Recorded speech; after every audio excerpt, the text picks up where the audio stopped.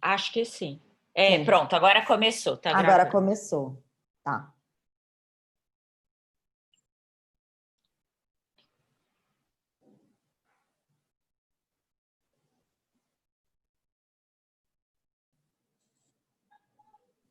Oiê, tudo bom? Você aqui de novo, querida. Cheguei. Tudo bom? Novamente. Mas eu vi que o material tá diferente. Não está muito diferente, mas sempre tá, porque a gente acaba atualizando, no mínimo, os gráficos, os dados, sempre tem coisa para falar diferente. O Brasil é bom, que é um lugar que a gente nunca morre de tédio, então sempre tem coisa nova para contar. Não, e haja coisa nova esse ano, Nossa. né? Pelo amor de Deus. Pois é, a gente aqui Nosso não curso foi em novembro do ano passado. Eu lembro que a sua perspectiva era que as reformas iriam acontecer, né? Que o ano poderia ser tranquilo, e a gente razoavelmente. vinha nessa recuperação e aí Pois fomos é. pegos Cheias de esperança. e o bichinho Mal do sabia. coronavírus nos pegou. Pois é. Incrível, Só né, isso. gente? Nossa, é Nossa. impressionante. Eu estava dando uma olhada nas coisas, nas anotações que eu sempre fico fazendo, tal. Pensando, meu Deus, quem diria? Quem diria que a gente ia entrar esse choque, né? Eu acho que, mas essa é a melhor definição, é mesmo um choque. Eu acho que diferente de crises econômicas onde elas são geradas internamente na economia, sei lá, pega a crise de 2008, foi um problema econômico, né? Então você tinha lá as hipotecas, aí começaram a vender um monte de hipoteca em cima de hipoteca, você teve uma bolha, ela estourou, foi um problema econômico.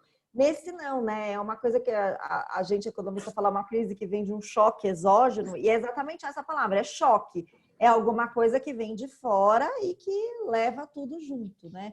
É o que a gente está vivendo. Assim. A vantagem de choques é que depois você se recupera mais fácil deles do que de crises que são geradas internamente, né? O problema é que aqui no Brasil a gente tem dois pedacinhos, tem o componente choque, mas tem o componente nós, que aí faz a gente sair mais devagar. Eu acho que a gente podia começar já. Acho já que temos sim. aí, né? Em número. Oi, Denise. Tudo bom? Tudo, Rosane. Tudo bom, meninas? Tudo bom? Tudo. Bom. Eu vou. Boa noite, gente. Estava só com o microfone desligado. Agora... Eu vou compartilhar aqui minha tela com vocês para a gente começar. A Maria Helena pediu 1000 desculpas, mas ela teve um compromisso. E por que a tela não está aparecendo? Agora tá. Pediu 1000 desculpas que ela teve um compromisso, não vai estar podendo estar aqui. Eu agradeço todas vocês em nome dela. Como eu já falei lá quando eu mandei o material para vocês, é uma honra participar desse grupo. Eu adoro, eu aprendo muito. E aí eu vou compartilhar um pouquinho do meu conhecimento aí de dia a dia com vocês. Como eu estava comentando aí com a Célia um pouquinho antes, a ideia aqui, obviamente, é não falar economês, que ela falou, quero ver se você vai conseguir fazer a gente entender economês. Não vou, porque eu não vou falar economês. A ideia aqui é falar português, né?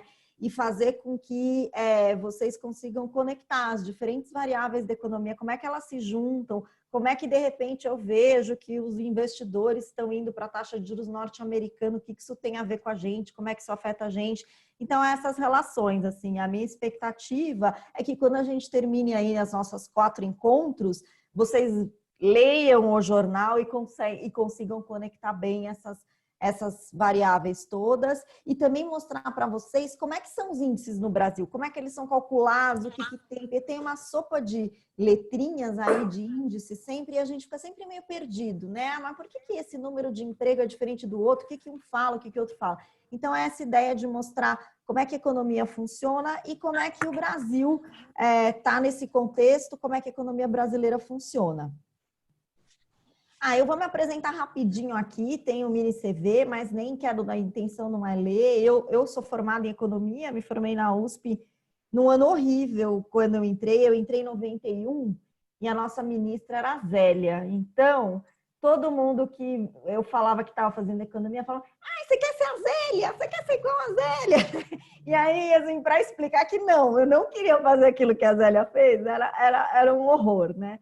Então, eu me formei em economia e a minha vida inteira eu trabalhei em consultoria econômica. Eu comecei como estagiária numa consultoria que se chamava MCM na época, e tinha meus sócios famosos aí hoje, que é o Mailson da Nóbrega e Gustavo Loyola, eles já eram sócios lá. Teve uma cisão nessa consultoria, eles saíram, foi cada um para um lado. O Gustavo, na verdade, foi ser presidente do Banco Central pela segunda vez, os sócios mais novos saíram, eu fui junto, e aí a gente formou um núcleo que depois foi juntando as outras pessoas e virou a Tendências, que é uma consultoria que o ano que vem faz 25 anos, e aí eu tô lá desde a fundação. Então, é uma vivência em consultoria, é uma consultoria econômica. Então, assim, lá, diferentemente de uma consultoria, sei lá, de estratégia, enfim, o que a gente faz é exatamente pegar a teoria que aprende lá na universidade e aplicar para resolver problemas das empresas. Então, esse dia a dia de ficar falando de economia, não só de macro, mas também de como é que os setores vão se comportar, como é que o Brasil vai acontecer, como é que as regiões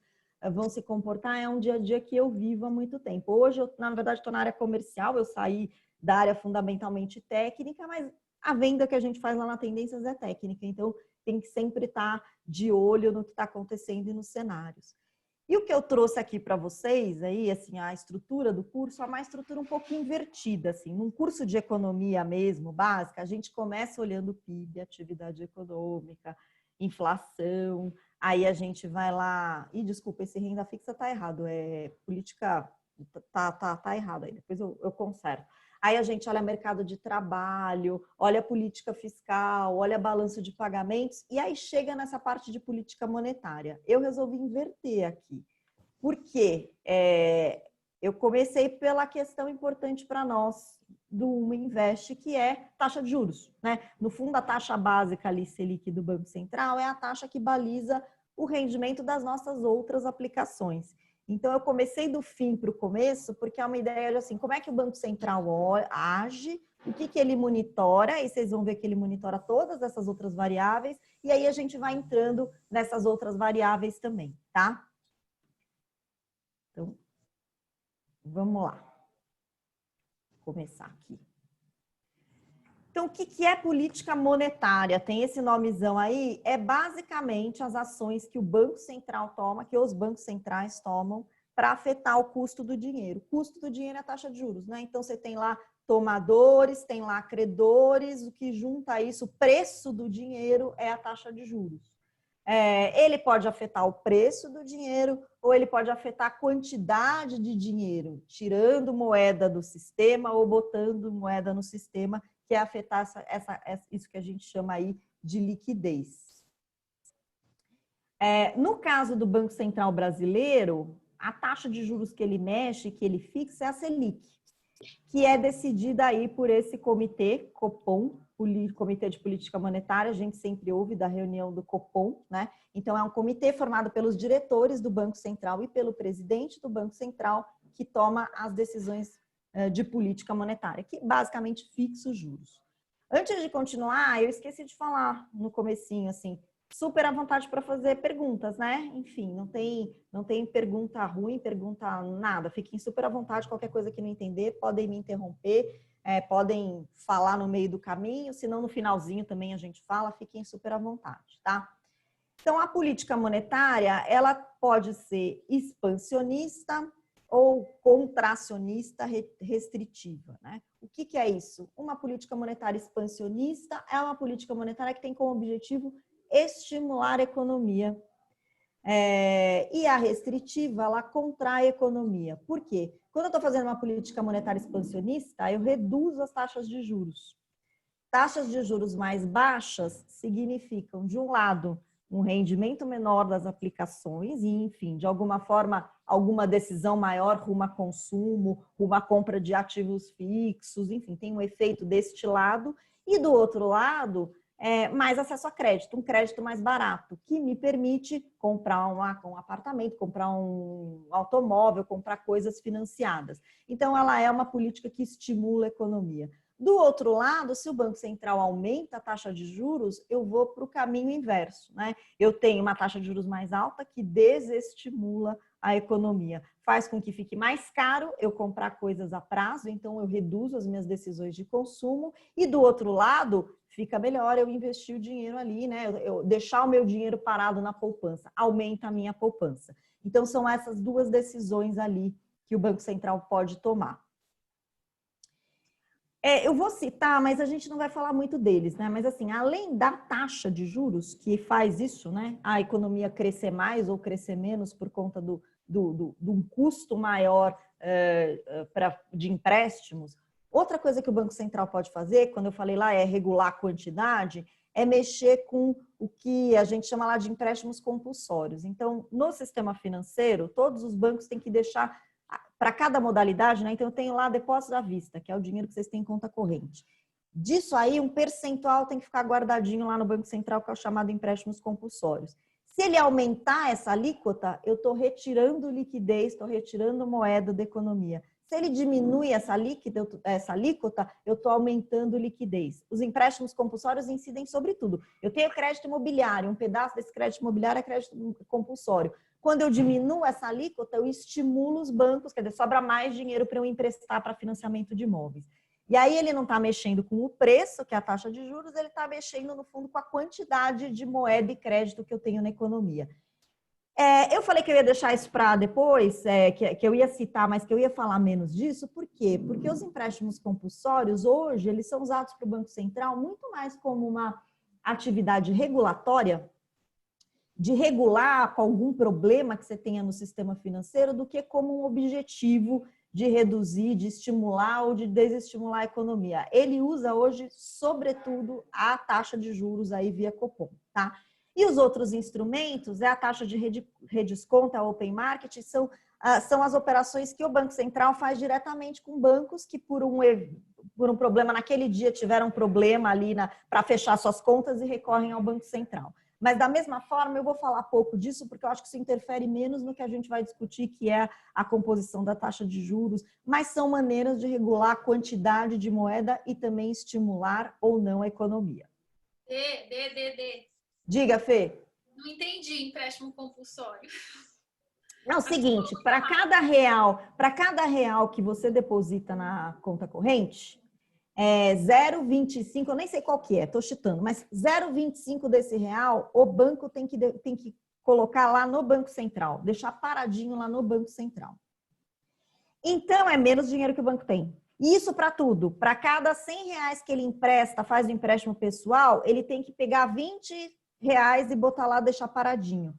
Então, a hora que o Banco Central mexe nessas alíquotas, ele aumenta o dinheiro que o banco tem disponível para emprestar. Então, por isso que ele aumenta, vamos dizer, o volume de crédito na economia, tá? Ficou claro, Fê? Tá bom. Então, vamos lá. Aqui tem um histórico da taxa de juros desde 98.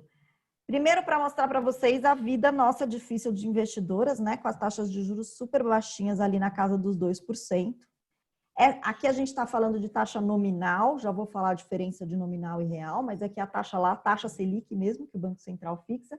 Já tivemos taxas que eram 45% ao ano ali em 99. Já tivemos taxas ali na casa dos 30% ao ano e não há muito tempo atrás a gente tinha taxa lá na casa dos 20%, foi caindo, aí teve um movimento de queda, ficamos ali nos 10% um bom tempo e estamos nesse movimento de queda mais recente. Na linha do nunca antes na história desse país, nós nunca tivemos taxas de juros tão baixa. É uma situação inédita, que eu acho que é até meio difícil da gente avaliar o que acontece, né, com o mercado de crédito, o mercado de capitais, enfim, não é à toa que a gente vê mais gente discutindo a questão de ir para renda variável, de ir para a bolsa, porque realmente a gente tem taxas de juros muito baixas que a gente nunca viveu e que tem muito a ver com o sistema de metas de inflação que o Banco Central adota já há um bom tempo, né, com a credibilidade que o Banco Central foi criando ao longo do tempo. O Banco Central, aí, então eu falei taxa de juros nominal. Taxa de juros nominal é diferente de taxa de juros nominal. O Banco Central fixa a taxa de juros nominal. Ele faz lá sua reunião e diz, abaixei a Selic em 25, caiu de 2,25 para 2. É a taxa nominal.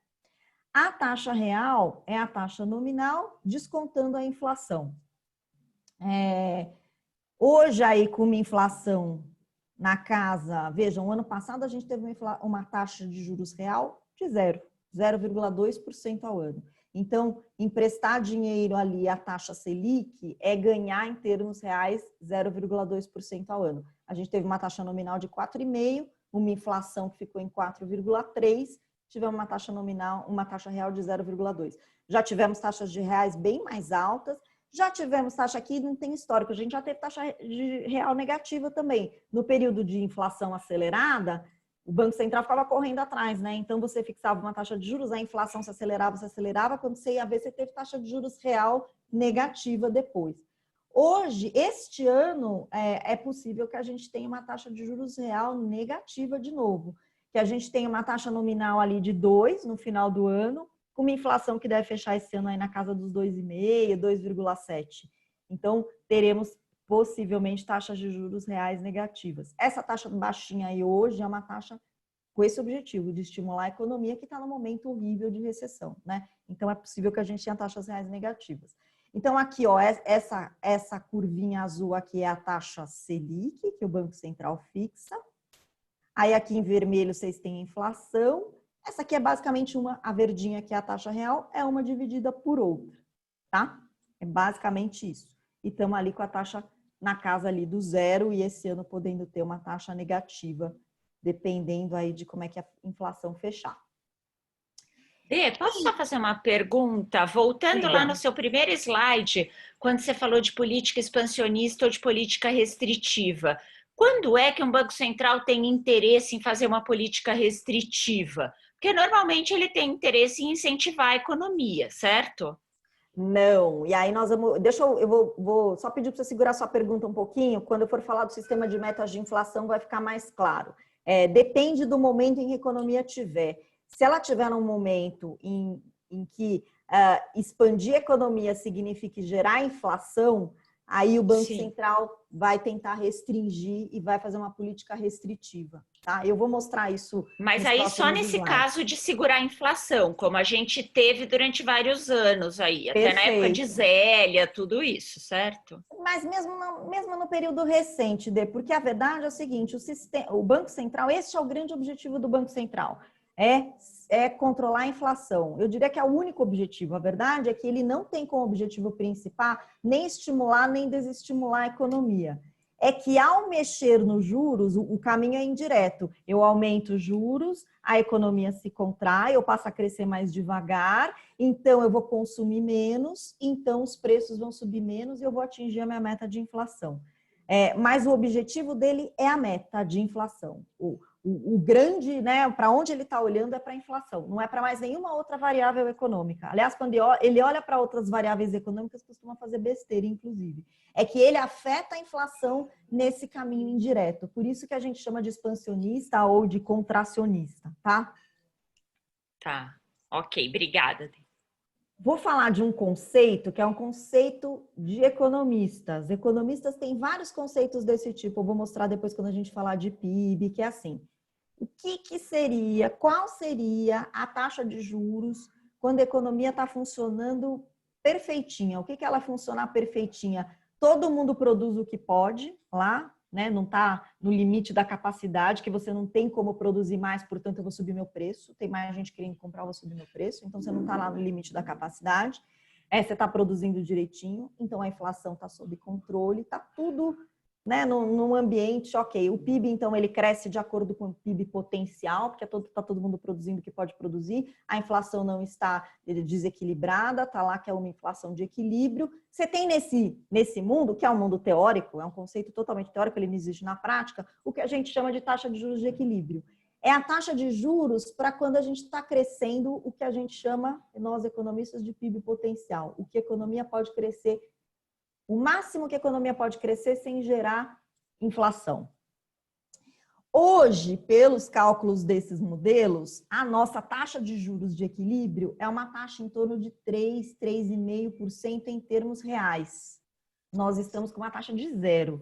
Veja como a gente está longe, como a gente está com uma taxa bem mais baixa do que seria uma taxa de equilíbrio. O que significa que nessa taxa de juros tem mais gente indo pedir empréstimo, tem mais gente consumindo. Eu quero estimular a economia para que a gente vá caminhando para o equilíbrio. Por quê? Porque a própria economia não está no equilíbrio. A gente está no momento de recessão, produzindo muito menos do que a gente poderia produzir. Por isso que a gente tem uma taxa de juros que está abaixo do que a gente chama de juro neutro. Então, quando vocês ouvirem algum economista falar isso de juro neutro, é uma taxa que não existe na prática, né? Um conceito teórico. É muito difícil de medir isso empiricamente, porque é difícil de medir, inclusive, qual que é o potencial de produção de uma economia. Qual que é o potencial de produção de uma economia com uma inflação estável? É difícil de medir isso na prática. Tem uma série de modelos teóricos que você faz, mas modelos em economia sempre tem lá as hipóteses, como qualquer modelo. Então, enfim, é um conceito teórico, mas que diz que assim, a taxa hoje no Brasil, quando a gente faz os cálculos desse modelo, ela é isso. Ela é 3,5 em termos reais. Então, se a gente considerar mais aí 2,5 de inflação ou 3 de inflação, a gente está falando que uma taxa de juros neutra é uma taxa na casa dos 6% ao ano. A gente está com 2%, está bem abaixo disso. Tá? Quando a gente está lá nos 10%, a gente está acima disso, o que significa que provavelmente a economia vai desacelerar para a gente ir para um momento de equilíbrio. Tá? Mas é, como eu disse, um conceito teórico. E por que esse conceito é importante? Por que a gente tem que ter atenção?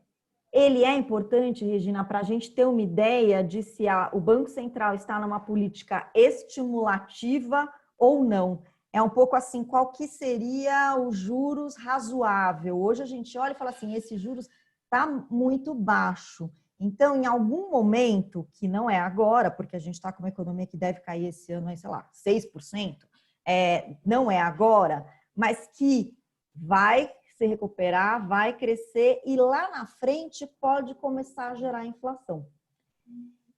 E aí o Banco Central vai ter que subir juros. Então, a gente está, em algum momento, a gente vai ter de novo um aumento de juros. Vai ser um aumento fortíssimo? Vamos voltar lá para as taxas de 40%? Não, a taxa de juro neutro está lá em 3,5 real. Então, provavelmente, a gente vai caminhando para algo como 4, 5 ao longo do tempo ali. Essa taxa de juro neutra, ela muda ao longo do tempo? Ela muda. Por quê? Porque o PIB potencial, esse crescimento potencial do país vai mudando ao longo dos anos. A tecnologia, a produtividade aumenta, porque a tecnologia mudou, então a gente consegue produzir mais com os mesmos recursos. Que tudo que eu estou falando, infelizmente, não tem acontecido na economia brasileira nos últimos anos, mas pode acontecer. Você melhora muito as instituições do país, a segurança jurídica, e eu crio um ambiente de negócios muito melhor, então eu tenho mais potencial de crescer. Eu faço uma reforma tributária também, que simplifica os impostos, aumenta a produtividade de economia, eu tenho mais chance de crescer. Eu melhoro a educação das pessoas, então eu tenho uma força de trabalho mais qualificada que vai ser mais produtiva e vai aumentar a minha capacidade de produzir. Então, tem uma série de... Eu atraio mais investimentos porque eu estou um país melhor, vem um monte de gente, melhora a minha infraestrutura, melhora as condições de saneamento básico, a produtividade vai crescer. Então, na medida em que a produtividade da economia cresce, esse PIB potencial cresce também, sem gerar inflação, né? Esse crescimento que não gera inflação. Eu produzo e eu consigo produzir o que a demanda está me pedindo, eu não estou produzindo nem mais nem menos, eu estou lá no equilíbrio. Isto pode aumentar. A partir do momento que esse PIB potencial cresce sem gerar inflação, a taxa de equilíbrio de juros de equilíbrio cai também. Eu não preciso subir ou reduzir tanto os juros. Ao longo dos últimos anos, a taxa neutra do Brasil vem caindo. A gente melhorou em um monte de coisa. A gente não consegue enxergar muitas vezes, né? Mas fizemos várias reformas, tem vários nós que a gente tinha na economia brasileira. Tínhamos uma situação de hiperinflação, hoje temos uma inflação sob controle. Tínhamos uma dívida externa, hoje não temos mais. Então, a gente foi melhorando vários nós que vão melhorando o desempenho da economia no longo prazo. Ainda é uma economia, quando a gente olha a produtividade, que cresce pouco, bem menos do que a gente gostaria que ela poderia crescer, né? Quando ela começa a crescer mais do que 3%, a gente começa a ver pressões, né? Começa a ver assim, não dá conta. Por quê? Por isso que eu estou falando, tem um problema de mão de obra não qualificada, tem um problema de baixa tecnologia, de infraestrutura ruim, de ambiente de negócios ruim, um monte de coisa para melhorar. mas a taxa de juros neutra é essa taxa que a gente olha ali e quando a gente consegue calcular ela, embora seja um conceito teórico, é sempre um valor aproximado, a gente consegue olhar para o Banco Central hoje e falar, esses juros lá na frente, a hora que a economia recuperar, vai subir, tá? Denise, Oi. posso perguntar uma coisa? Claro. A taxa de juros do Selic que vem caindo, mesmo antes da pandemia, não reflete, por exemplo, nos bancos, no cheque especial, no cartão de crédito, se eu tenho uma empresa e eu tenho que fazer um empréstimo, pessoa física, pessoa jurídica. Perfeito, porque você tem a taxa básica e tem uma outra coisa que chama spread bancário, que é exatamente essa diferença entre a taxa de juros que você paga e a taxa lá do Banco Central, né? Esse spread bancário, ele tem uma série de coisas que compõem ele. Impostos, e aí assim, a nossa carga tributária faz a gente ter um spread bancário alto. O próprio risco, então assim, por exemplo, uma modalidade como cheque especial, que é praticamente um empréstimo em branco, né? Você tem a conta no banco, eu te dei 5 mil de limite, nem sei se você é bom pagador ou não é, eu vou cobrar mais de você por isso. Então, dependendo da modalidade, que tem a ver muito com o risco de inadimplência, o risco de eu receber ou não receber, eu cobro mais ou menos. As taxas mais altas estão hoje no cheque especial e no crédito rotativo do cartão, que é o mesmo caso. Eu tenho um cartão, tenho um crédito ali, eu vou cobrar caro por isso. Então, tem a questão da inadimplência, né? Esse risco maior ou menor de inadimplência. Tem um fator concorrência entre os bancos, então países onde os bancos têm poucos concorrentes, têm uma taxa de juros mais alta. O Brasil é um país, eu diria, de média concorrência bancária. Se a gente for ver, a gente tem 3, Itaú, Bradesco, Santander, Banco do Brasil, são 4 varejistas grandes, não é tão pouco assim, mas ainda é pouco concorrencial. Isto vem melhorando com o advento aí das fintechs e dos novos bancos, mas ainda eu acho que é um ponto importante. Então, essa diferença é esse spread bancário, que é muito alto no Brasil. O Brasil é um dos países que tem spreads mais altos do mundo, por essa composição aí de falhas que a gente tem ali, a própria dificuldade de fazer negócio, de receber, segurança jurídica pesa muito em spread. Então, assim, se eu tenho um credor ali, né, ele fica inadimplente, se eu consigo rapidamente pegar um bem em garantia, ou enfim, recuperar esse crédito, eu posso cobrar menos. Em países onde eu tenho mais dificuldade, normalmente eu cobro bastante, que é bem aquilo que a gente já sabe, assim, se eu pagar 2 parcelas, o spread é tão alto que, de repente, se eu tomei calote lá na frente, eu consegui recuperar de alguma forma aquele empréstimo. Então, esse spread bancário é muito alto mesmo no Brasil, é um dos mais altos do mundo e tem a ver com uma série de anomalias do Brasil, mas também dessa questão de estrutura tributária, de concorrência que não é muito grande. Então, são outros pontos que fazem com que seja tão mais caro, né? Eu vejo lá, a Selic está em 2, mas se eu vou pedir um empréstimo, eu vou pagar 20 no ano. Está muito longe dos 2 que estão dando, né? Exatamente. E tem a ver com isso. Os spreads vêm caindo, as taxas para os consumidores final, se a gente pega uma taxa, eu não trouxe aqui, na próxima aula eu trago para vocês verem, eles vêm caindo. É visível que a gente tem spreads em queda porque tem um pouco mais de concorrência. O Banco Central tem feito ele tem uma agenda que se chama BC+, que é exatamente de como é que eu reduzo spread, o que eu posso fazer para melhorar e para reduzir spread. O Pix, que vai ser lançado, é uma parte disso, né? Assim, como é que eu fomento concorrência bancária para ter cada vez menos spread mais baixo? Como eu melhoro a questão de informação sobre aquela pessoa, né? Como é que eu premio o bom pagador para que ele tenha um spread mais baixo? Então, na hora que eu tiver, por exemplo, o Open Banking, que você vai poder, que todos os bancos vão poder ver as suas transações financeiras, você vai ter mais concorrência, né? Todo mundo sabe que você é o bom pagador, não é só o Itaú que tem lá sua conta há 20 anos e sabe, ó, a Rosane é ótima, eu posso emprestar para ela, os outros bancos também vão saber. Então, você tem uma série de possibilidades de reduzir esse spread, mas essa diferença é basicamente isso, é o spread bancário. Entendido. Ótimo. Vamos lá, eu vou entrar aqui num tópico que é super importante para a gente entender a política monetária, que é o sistema de metas de inflação.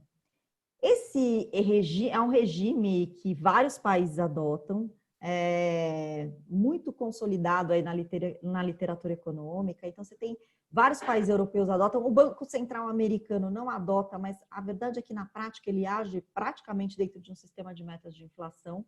Ele está em vigor no Brasil desde 99, então já são muitos anos nesse sistema. E o que significa o sistema de metas de inflação? Quando a gente tem um Banco Central, quando a gente tem um regime de metas de inflação no país, o Banco Central é o que a gente estava comentando com a Denise. Os bancos centrais, eles atuam para que a inflação fique dentro de uma meta pré-estabelecida. Então, eu estabeleço metas de inflação. Nos próximos anos, a inflação vai ser tanto, tanto, tanto e tanto. E meu objetivo, enquanto Banco Central, é que aquela meta seja atingida.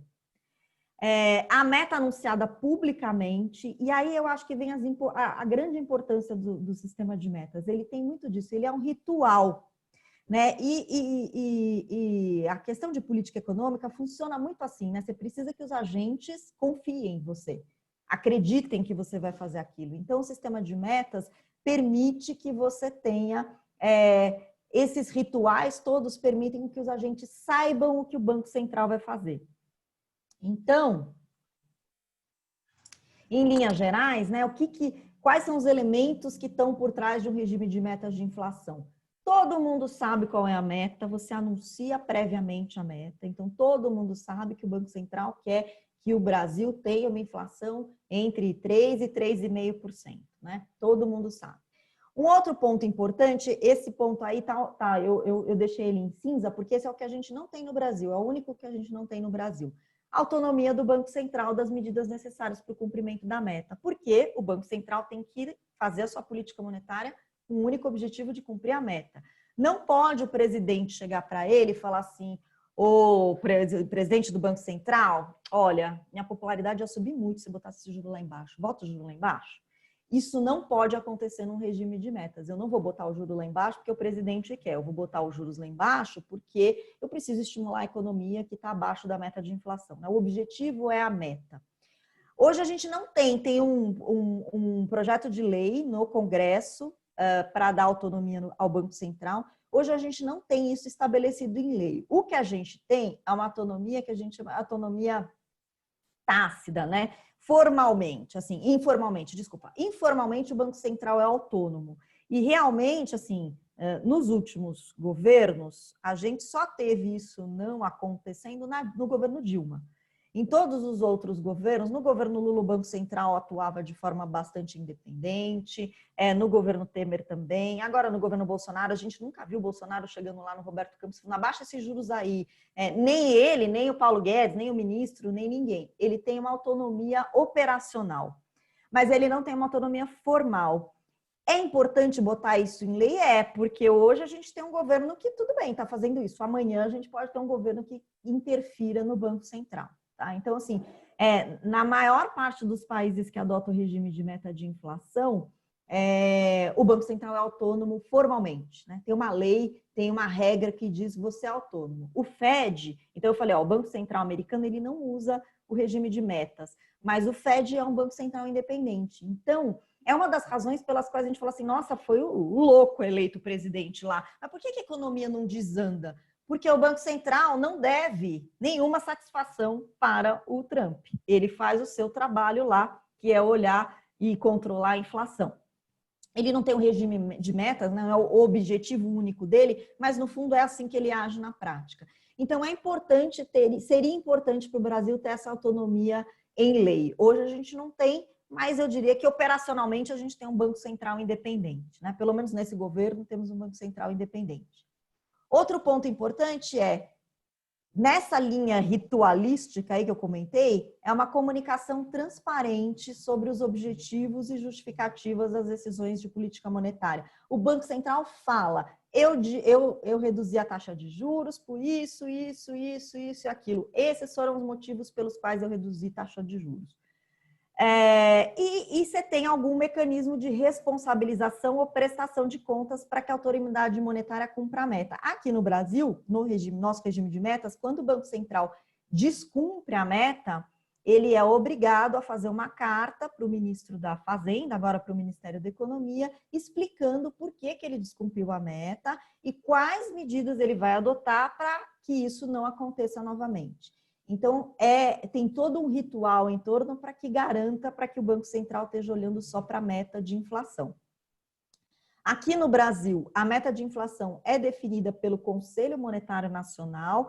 O Conselho Monetário Nacional antigamente tinha ministro da Fazenda, ministro do Planejamento. Como agora o Bolsonaro juntou esses ministros todos no ministério só, né, ele é composto pelo presidente do Banco Central, então o Roberto Campos Neto faz parte aí do Conselho Monetário Nacional, o ministro da Economia e o secretário especial aí da Fazenda.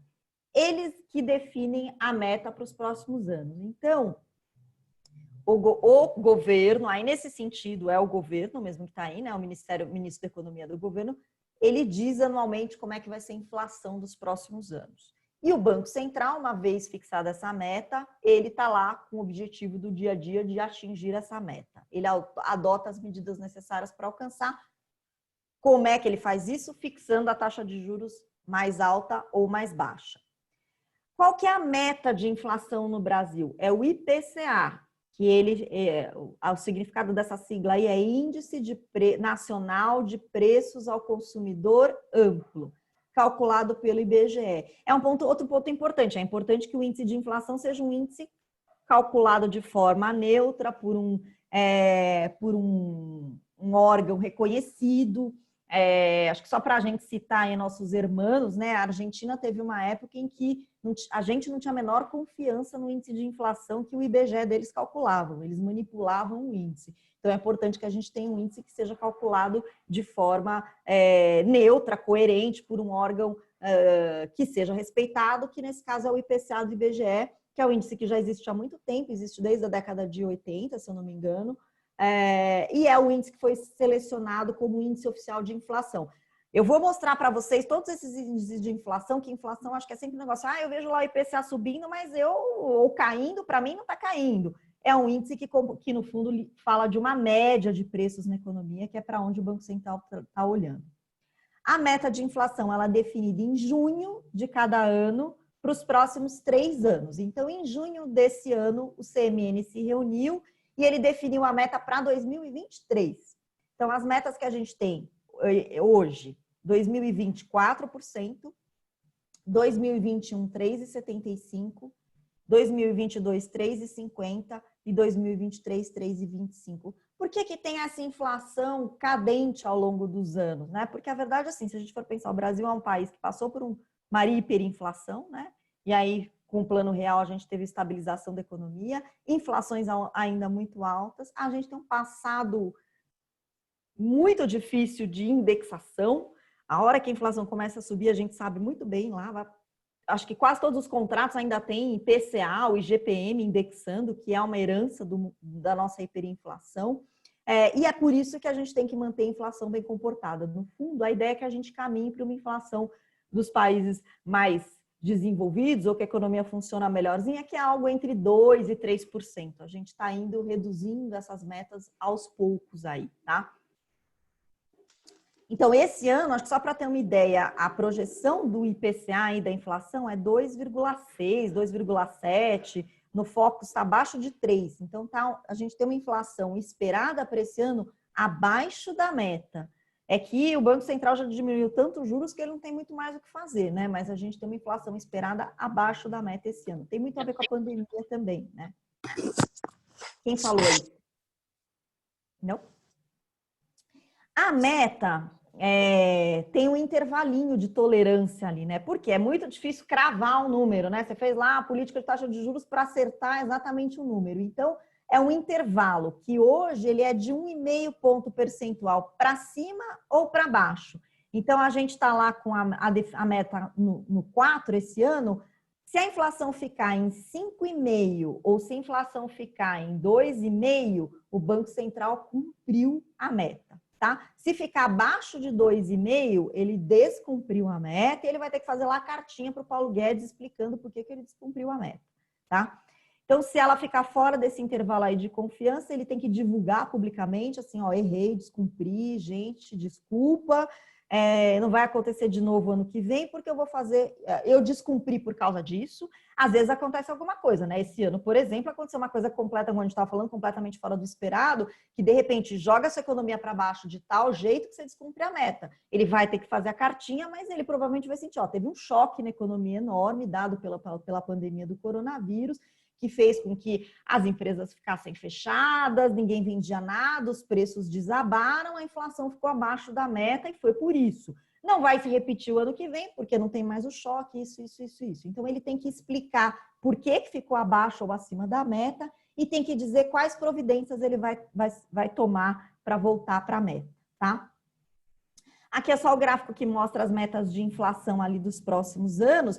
Por que a inflação aqui vai ficar um pouquinho mais alta, né? Porque esse ano a gente vai ficar, talvez, provavelmente abaixo da meta. Eu usei aqui como projeção as projeções de mercado da Focus. Então, é o que a média do mercado tá prevendo. Ele está imaginando que esse ano a gente vai ficar abaixo da meta mesmo. Então, esse aqui é o intervalo, essa é a meta caindo ao longo do tempo, o intervalo superior, intervalo inferior. Vejam, aqui, ó. Em 2015, a gente ultrapassou muito a meta, a inflação foi de 12%. Esse ano foi assim, um ano antes, lembram que a Dilma fez aquela coisa de reduzir a conta de energia, fazer modicidade tarifária, e aí tinha um descontrole fiscal imenso, provocou um rombo. Quando ela chamou o Levi lá para ser ministro da Fazenda dela, ele teve que fazer um monte de ajustes, um deles foi nas contas de luz. E aí, naquele ano, a energia elétrica subiu quase 30% e a inflação como um todo, energia elétrica tem um peso grande nos índices de inflação, foi para mais de 10%. Então, foi um ano lá onde o Tombini, que era o presidente do Banco Central, teve que ir lá mandar uma carta se explicando o que aconteceu aqui, que a gente ficou acima da meta. Nos últimos anos, foi o único ano onde a gente... e aqui também, em 2017, acho que a gente ficou 0,1% abaixo da meta, se eu não me engano, e também teve que ter uma cartinha, que acho que foi o Meirelles que fez essa cartinha. Mas nos últimos anos, todos, em geral, a gente vem cumprindo a meta de inflação. Diga. Você acha que o Brasil, em relação a esse ano, ano que vem, vai ter uma melhora da economia? Ou nós vamos continuar e isso vai repercutir na inflação? Vai ter uma melhora da economia. Já está melhorando, eu acho. Eu acho que o grande vale do PIB esse ano foi no segundo trimestre. Mas no ano a gente vai ter uma queda, sei lá, de 5,5%, 4%, enfim, algo entre 4% e 6% do PIB, que é um super tombo. É um tombo compatível com o que a gente está vendo em vários países aí. Tirando a China, eu acho que é o único país que vai crescer esse ano. Nos outros, todos a gente está vendo quedas esse ano e tem uma recuperação, sim, no ano que vem. Traz pressão de preço, Célia? Ainda não, porque no fundo, assim, a gente tem a capacidade ociosa muito grande. Tem espaço para a gente ter volta do consumo, volta da recuperação da atividade econômica sem pressionar preços. Existe esse espaço. Então, ano que vem, olha aqui, ó, a maioria quando a gente pega lá a Fox, está imaginando uma inflação na casa dos 3%. Não é uma pressão forte de preços, não. Tá? Então, assim, a gente tem espaço, sim, para recuperação da economia. Qual que é o grande nó aí, já entrando um pouco em conjuntura? Tem uma incerteza muito grande, eu não vou falar hoje, mas quando a gente for falar de fiscal, a gente vai falar do nosso grande nó. A maior fragilidade que o Brasil tem hoje é do lado fiscal, né? A gente gasta muito mais do que arrecada. E mais do que isso, a gente gasta mal. Então, acho que a gente tem os dois lados, gastar muito e gastar mal. Esse ano, os gastos aumentaram exponencialmente por conta do auxílio emergencial, dos programas para salvar empresas, e assim, tinha que ser feito, a verdade é essa, né? As famílias, de repente, o comércio fechou e eu não pude trabalhar. Mas aumentou um problema que a gente já tinha. Então, a gente tem que, no fundo, fazer um monte de reforma do Estado para resolver esse problema de fragilidade fiscal, para a gente poder pensar em crescer de forma sustentável ao longo dos próximos anos. E aí, para completar, e aí eu fecho aí esse parênteses, a gente tem um governo que, de repente, viu que a sua popularidade subiu de 20 e pouco para 40. Por quê? Porque ele criou uma renda para todas as pessoas de um ano para o outro, que faz todo sentido nesse ano, mas que não é sustentável no médio e longo prazo. Mas ele olha para aquilo e fala assim, opa, achei um jeitinho aí fácil de eu me reeleger. Então, você tem essa dificuldade. De um lado, você precisa reformar o Estado e gastar menos, e do outro você descobriu que tem um jeitinho ali, se eu gastar mais, que me reelege. E é essa briga que a gente vai viver nos próximos anos e que pode levar a gente para uma situação mais saudável, se a gente seguir nesse caminho de reforma do Estado, ou numa situação bastante complicada, se realmente a gente ceder ao apelo populista e resolver gastar mais. Mas voltando aqui. Mas, enfim, diga, Fê. Por exemplo, olhando esse gráfico aqui, esses anos todos anteriores que a gente extrapolou essa meta de inflação, foram piores do que a gente está abaixo da meta de inflação? Eu fico sem saber agora. Não necessariamente, porque assim, a gente não extrapolou, né? A gente está entre os limites da meta. Esses limites existem exatamente porque é difícil. Então, no fundo, o que acontece? A gente sai da hiperinflação para ir para uma inflação de país desenvolvido, lá 2, 3. Você não faz isso rápido, né? Então, você vê que a sua meta ali, ela estava lá na casa dos 4,5% a 6%. Vejam que essa tolerância diminuiu. Lá atrás, podia ser 2% acima ou 2% abaixo. Agora, a gente foi para 1,5%.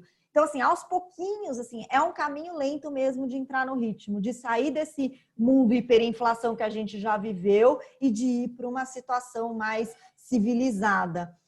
Então, eu não acho que a gente estava pior, não. É uma questão de assim, o que a economia consegue dar conta, né? E ela dava conta ali de ir para uma inflação na casa dos 6% ao ano. Com 6% ao ano, obviamente, sua taxa de juros era outra, né? Sua taxa nominal era outra. Mas é isso, acho que a gente está caminhando para uma condição de mais civilizada aí de inflação, Fê.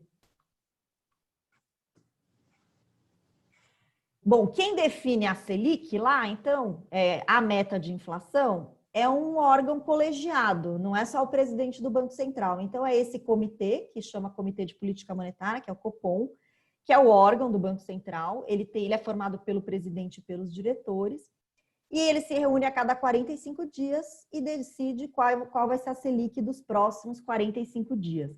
Naquela linha de rituais que são importantes para todo mundo saber o que o Banco Central está fazendo. Então, a gente tem um calendário, sabe quando essas reuniões vão acontecer. Essas reuniões ocorrem em 2 dias seguidos. O calendário é divulgado em junho de 2020, ele já divulga todas as reuniões até o ano que vem. Depois da reunião do Copom, o Banco Central divulga qual é a taxa num comunicado, então um comunicado que diz a taxa Selic para os próximos 45 dias vai ser X%, e tem uns parágrafos ali explicando por unanimidade, ou ficou 3-2, enfim, explica como é que foi aquela decisão. E uma semana depois da reunião, ele divulga a ata da reunião para mostrar por que ele tomou aquela decisão, como é que foi aquela reunião que fez ele tomar a decisão. Então, os BC Watchers, né, que tem vários economistas no banco que ficam lá olhando o que o Banco Central vai fazer, tem todos esses documentos à disposição para olhar, para interpretar, para ver quem será que foi contra, quem é a favor, quem está mais otimista, quem está mais pessimista. Então, tem toda essa divulgação do que está acontecendo. E uma vez por trimestre, ele divulga o que ele chama lá de relatório de inflação, que são as análises que ele está falando de como é que ele está vendo a inflação dos próximos meses, que é a meta que ele tem que é a meta que ele está, é o grande objetivo com o qual ele vai trabalhar a taxa de juros para atingir essa meta. Tá? Então, assim, tem todo um ritual. A gente sabe o que vai acontecer. E isso é super importante, saber o que vai acontecer. Então, essa figurinha aí só mostra como é que é a reunião. Então, são 2 dias, é uma terça e uma quarta. Uma semana antes, na quarta-feira anterior à reunião, tem o que eles chamam de início de silêncio do Copom. Ninguém no Banco Central dá entrevista, participa de evento público, fica ali quietinho. Por quê? Qualquer coisa que o Banco Central fale pode ser interpretado, ele vai votar sim na próxima reunião, e pode atrapalhar o funcionamento dos mercados. Então, o Banco Central não se pronuncia. Vai lá, terça-feira começa a reunião. Nesse primeiro dia de reunião, você tem o diretor de política, o diretor de economia lá do Banco Central faz uma apresentação de como é que ele está vendo a economia mundial e a economia brasileira da última reunião para cá, o que mudou, o que não mudou, como é que estão as perspectivas para a inflação. Na quarta-feira, então ele avalia perspectivas para a economia como um todo, eles decidem, no final do dia, com o mercado já fechado, ele divulga, exatamente também para não ter influência no mercado naquele dia, solta o comunicado, que sai lá umas 7 e pouco da noite, normalmente. E aí vocês veem lá no I, quando sai, que a Leila falou, o Banco Central divulgou. Normalmente à noite, na quarta-feira. E na terça-feira seguinte, acaba o silêncio, ele divulga a ata e ele volta a dar entrevistas para a imprensa, participar de eventos, a equipe lá do Banco Central. São 8 reuniões por ano, né? Uma a cada 45 dias, com agenda fixada e que seguem sempre esse ritual. O que o Banco Central olha, né? O que o Copom considera nas suas reuniões? Ele olha lá a inflação, então a principal coisa que ele está olhando é lá assim, o que vai acontecer com os preços. Mas para discutir o que vai acontecer com os preços, né? Como os preços, no fundo, são resultado da oferta e da demanda da economia, ele tem que olhar como é que está a oferta de um lado, né? Como é que está a produção, a atividade econômica, o que está acontecendo desse lado, como é que estão as vendas e a demanda, como é que está o consumo. Depois de olhar tudo isso, ele olha contas públicas, porque ali governa uma parte importante ali do consumo, né, que injeta dinheiro na economia. Depois de olhar tudo isso e como é que isso afeta a inflação, ele decide, né? A inflação está perto ou está longe da meta? Vejam, a inflação lá do final do ano, né? Então ele está olhando as oscilações de agora e olhando o que está acontecendo com a inflação lá na frente, como é que eu vou fazer, o que eu vou fazer com a política monetária para ela estimular ou desestimular a economia, para os preços subirem ou para os preços caírem e entrarem na meta. Então, esse ritual é super importante sempre. Conhecer o que o Banco Central faz ajuda muito a todo mundo entender a cabeça, o que está acontecendo e as expectativas, e formar expectativas dos agentes. Aí eu vou entrar um pouquinho em inflação e falar dos índices para vocês. Né? Inflação, o que é essa bendita? É o aumento dos preços de produtos ou serviços da economia. Ela é calculada por um índice de preços que, como qualquer índice, ele nunca consegue medir perfeitamente esse fenômeno, né? Porque você não vai ter gente pesquisando o preço de absolutamente todos os produtos e serviços da economia. Sempre os índices têm limitações, né? Mas ele tenta capturar a movimentação dos preços da economia como um todo. O Brasil tem infinitos índices de inflação, né? Como a gente passou por um momento de hiperinflação muito grande, inflação era a variável mais importante da economia, né? Saber o que ia acontecer com os preços para eu me proteger, comprar antes, botar, guardar, enfim. Era muito importante, a gente tinha muitos índices de preço e muitos índices que saíam semanais até, porque a inflação ia acelerando, era importante. Hoje, não precisaria ter, assim, vários desses índices poderiam deixar de ser calculados, eles não são mais tão relevantes, mas a gente tem um monte de índice, eu vou citar eles aqui só para vocês saberem. O mais importante deles é o índice, o IPCA, que é a meta de inflação, é o índice oficial de inflação do país. Ele mede o índice de preço, esse índice de preço mede a inflação dos consumidores, a nossa, né? A nossa inflação comprando bens e serviços. Tem outros índices de preços ao consumidor também. O INPC, eu já falo da diferença dele, que também é calculado pelo IBGE. A diferença é basicamente a renda das famílias que eu considero aí para calcular o índice. E o IPC-FIP, que é o índice só para São Paulo. É calculado pela FIP aqui da USP, ele é um índice que mede a inflação dos consumidores de São Paulo. E tem um monte de outros, gente. Esse aqui eu estou só citando os principais, porque a gente tem um passado grande de inflação. Isso são os índices de preço ao consumidor, que medem a nossa inflação. Tem outros índices de inflação que são mais gerais, que são os índices gerais de preço. Eles têm 3 componentes ali, atacado, aí tem atacado agrícola, atacado industrial e varejo, consumidor e construção civil. Então ele tenta pegar, ele é uma coisa mais ampla, que tenta pegar como é que os índices gerais variaram. O principal índice geral de preços é o IGPM, é um índice que é calculado pela GV, e que ainda é um índice importante hoje. Eu detesto o IGPM, vou contar aqui para vocês, depois eu falo porque até não sei porquê, é um índice que eu não gosto. Mas é um índice que quase todos os contratos, principalmente de aluguel, são regidos pelo IGPM, né? Esse ano, para vocês terem uma ideia, o IGPM está em 12%. Eu quero ver alguém conseguir reajustar o seu aluguel pelo IGPM nesse ano de pandemia. Mas, para ter uma ideia, ele hoje está super descolado dos índices de preço ao consumidor. E tem um monte de índice setorial aí que vocês vão ver. INCC, que é um índice de preços da construção civil, que aí contratos específicos da construção civil são regidos por ele.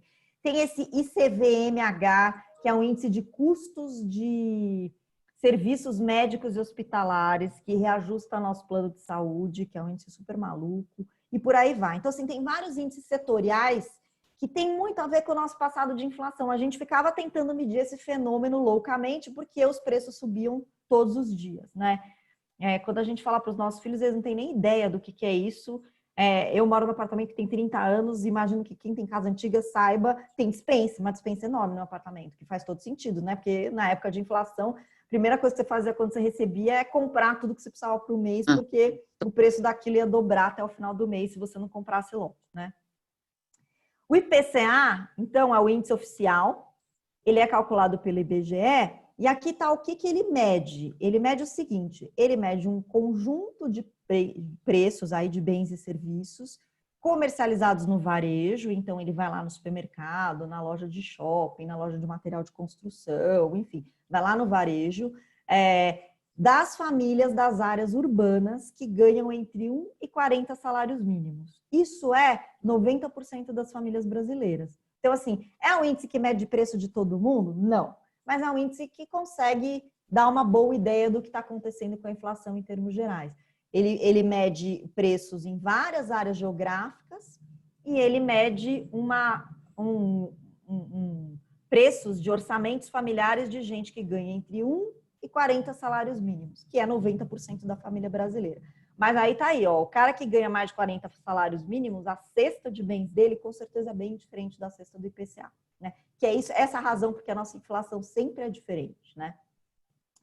Como é que se calcula o índice? Você coleta preços em estabelecimentos comerciais, concessionária de veículos, serviço, internet, do 1 ao dia 30 do mês. Então, você vai lá, por exemplo, passagem aérea é uma que é feita só pela internet. Vai lá na internet, vê quanto está a passagem em São Paulo-Rio.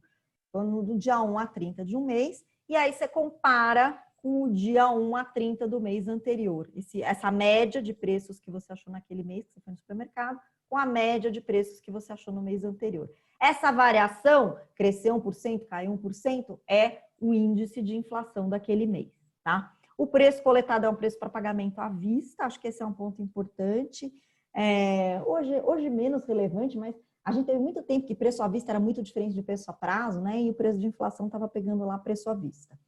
Ele vai em 10 regiões metropolitanas, então você tem coleta do IBGE em Belém, Fortaleza, Recife, Salvador, Belo Horizonte, Vitória, Rio, São Paulo, Curitiba e Porto Alegre, Distrito Federal e os municípios de Goiânia e Campo Grande.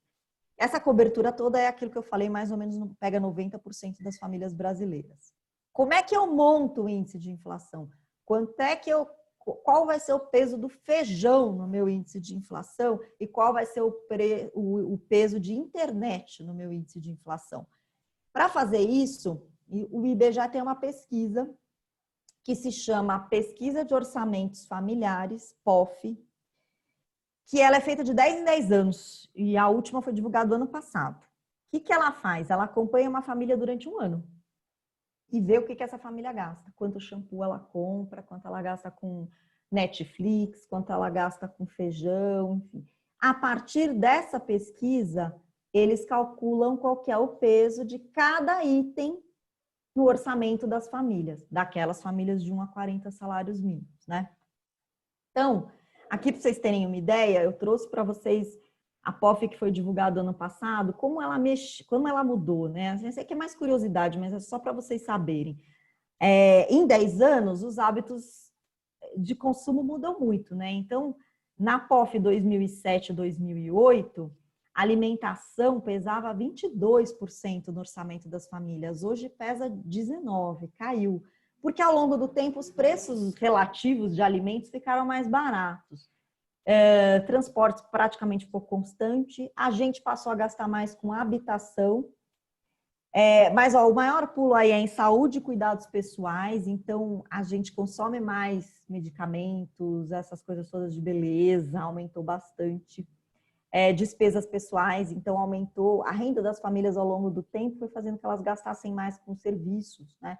Cabeleireiro, lavanderia e por aí vai, todos aqueles serviços pessoais que a gente tem.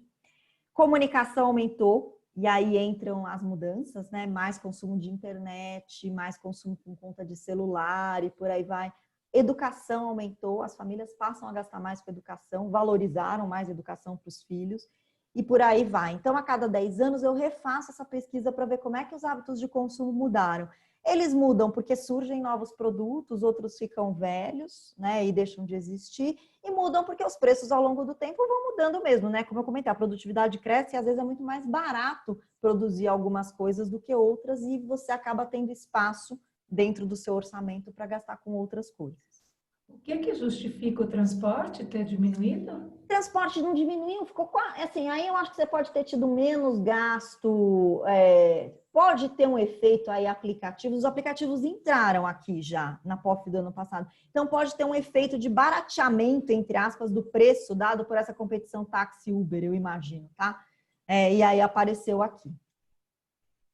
Mas aí eu acho que assim, só para vocês terem uma ideia, coisas que ganharam um espaço na POF aí, é só curiosidade, mas inovações tecnológicas, né? Então, entraram na POF do ano passado serviços de streaming que não existiam, aplicativos de transporte, conserto de bicicleta, que não tinha na POF 10 anos atrás, porque bicicleta passou a ser um item importante. Aumento de gasto com pet apareceu lá, que não tinha 10 anos atrás. Várias coisas nessa linha de vida, fitness, cuidados pessoais. Pra vocês terem uma ideia, batata doce era um item que não entrava no IPCA e hoje entra, que tem tudo a ver com essa pegada aí, fitness. E o envelhecimento da população aumenta os gastos com saúde, com médicos, com medicamentos, aquelas despesas ali com medicamentos vão aumentando porque a nossa população está envelhecendo. Ela passa a mudar um pouco o comportamento em termos de orçamento. Aqui tem os itens que saíram, esses em vermelho que saíram, acho que é só curiosidade, mas só para vocês verem assim, olha o que tinha na POF até 2017. Aparelho de DVD, conserto de aparelho de som, liquidificador, antena, coisas que assim não existem mais, simplesmente, né? Em educação tinha assinatura de jornal que saiu do IPCA, por quê? Porque o IPCA não pega todos os itens, né? Pega os itens mais relevantes ali para compor. Então, vários dos itens que entram na POF saem da inflação oficial. Então, coisas que tinham importância e que deixaram de ter. Olha, em vestuário, terno saiu, mosquiteiro saiu. E aí coisas que entraram, sandália, mochila, serviços de streaming, telefonia, internet, telefone público saiu do IPCA, porque hoje as famílias não gastam mais com isso, não é um item mais relevante. Pouco importa se o preço da ficha telefônica, que eu acho que nem existe mais, aumentou 200%, porque ninguém compra aquilo, né? Então, é a POF que determina o peso de cada item na inflação. O outro índice que o IBGE calcula de preço ao consumidor, que é o INPC, a única diferença dele, gente, é que ele está olhando famílias que ganham de 1 a 5 salários mínimos. Então, ele é um índice mais focado em famílias mais de baixa renda. E aí eu pego a estrutura de consumo dessas famílias. Então, são famílias que provavelmente gastam mais com alimentação do que aquele 1 a 40 que eu tenho no IPCA. Por que o INPC não é usado como meta de inflação? Porque ele é menos abrangente, né? Como meta de inflação, eu tenho que tentar pegar a inflação da economia brasileira. E aí, no IPCA, eu pego um número muito maior de famílias, tá? Odê? Oi. Entrei. Tô aqui. Ah, olá! Tá, desculpem. Deixa eu aproveitar e te perguntar uma coisa. Então, vou pegar o bonde andando, mas só para ir para o lado do investimento, quando você está falando agora dos índices de inflação, você está falando, porque assim, é importante por que a gente tem que saber sobre índice de inflação, não só para saber o quanto a gente está perdendo de dinheiro, o quanto que de fato é a nossa inflação e o quanto o nosso dinheiro tem que manter o poder de compra, mas também tem produtos de investimentos que são vinculados à inflação. Então, a rentabilidade deles vai estar ligada a isso. Você falou sobre as diferenças de índices ou não? Estou falando agora. Então, acho que a gente tem dois índices muito diferentes, aí pensando em ativos financeiros que são de alguma forma... Isso, porque daí né? A gente mostra por quando é melhor ir para um, quando é melhor ir para outro. Perfeito. E justifica também por que numa aula de economia a gente fala de índice de inflação. Não é só para falar de manter o poder do nosso dinheiro de compra, mas também para entender os instrumentos que tem. Pronto, vou botar no mute, desculpa. Não, imagina. Então, aí quando a gente está falando desses ativos, a gente normalmente tem ativos financeiros que estão linkados a dois índices, o IPCA, que é o mais importante a consumidor, é a inflação oficial. Então, como eu comentei, o INPC é só um outro índice calculado, só para vocês saberem que existem. Eu só queria mostrar aqui para vocês que quando a gente olha no médio e longo prazo, eles não são tão diferentes. Tem um ano ou outro que varia muito, porque essa cesta de consumo, de alguma forma, da família de 1 a 5 salários mínimos teve uma evolução um pouquinho diferente, mas na média e na história, eles são muito parecidos, tá? Porque eles são calculados pela mesma instituição. O outro índice, que também é um índice que está ligado muitas vezes a ativos financeiros, que eu falei que é um índice que eu não gosto como índice, é o IGPM. Então, o IGPM é um índice que é calculado pela GV. Ele é um índice super antigo, tem dado desde 1940, acho que é o índice de preço provavelmente mais antigo que a gente tem. E a ideia era ser uma medida super abrangente e ter várias atividades econômicas ali que compõem o processo produtivo, você medindo o preço delas. O IGPM ele é composto por 3 indicadores diferentes. O índice de preços ao produtor amplo, que é o IPA. Então, esse é um índice de atacado, é quanto eu pago pelo aço, pelos insumos, fundamentalmente. Tem um peso enorme, 60%. O índice de preços ao consumidor, aí a semelhança do IPCA, né? Quanto eu, consumidor, pago nos lugares, com peso de 30%. E o índice nacional de custo da construção, o INCC, 10%. Aqui já reside a principal diferença dele do IPCA, né? Então, você vê que a minha inflação, eu consumidora, só pesa 30% aqui. O que mais pesa no IGPM é uma inflação ao atacado. Portanto, o IGPM é um índice muito mais sujeito à volatilidade decorrente de mudanças no câmbio. Depois a gente vai falar lá de taxa de câmbio, mas por quê? Porque a hora que o câmbio sobe, o preço dos produtos importados fica mais caro. Mas onde é que estão, principalmente, essa questão dos produtos importados? Eles estão mais diretamente associados ao processo produtivo ali, ao comprar matéria-prima, do que necessariamente ao bem final. Numa economia fechada como a nossa, a gente tem pouco importado ali bem final mesmo, que esse sobe o preço e aí o IPCA pega também, que subiu o preço ali. Mas no IGPM é na veia. Subiu o dólar, eu, produtor, que pego lá componente da China, vou pagar mais caro por isso porque o dólar subiu. E aí o IPA sobe bastante. Por isso que eu comentei, esse ano a gente já está com um IGPM na casa dos 12%. 12 alguma coisa, se eu não me engano. E tem a ver com isso, né? A moeda, o câmbio desvalorizou 40%. Isso bateu dos produtos importados mais caros e bateu no IPA, nesse índice de preços aí ao produtor amplo. O IPA ele tem um pedaço que é IPA agrícola, né? Que são fundamentalmente soja e tal, e tem o IPA industrial. Mas todos eles são afetados pela alta do câmbio. No consumidor, isso bate muito mais indiretamente. Por quê? Eu produzo lá televisor. Meu componente subiu. Eu deveria subir esse preço. Mas, pandemia, pessoas trancadas em casa, ninguém comprando o meu produto. Como é que eu vou subir e repassar isso? Então, eu encolho margem, eu faço um monte de coisa antes de subir o preço.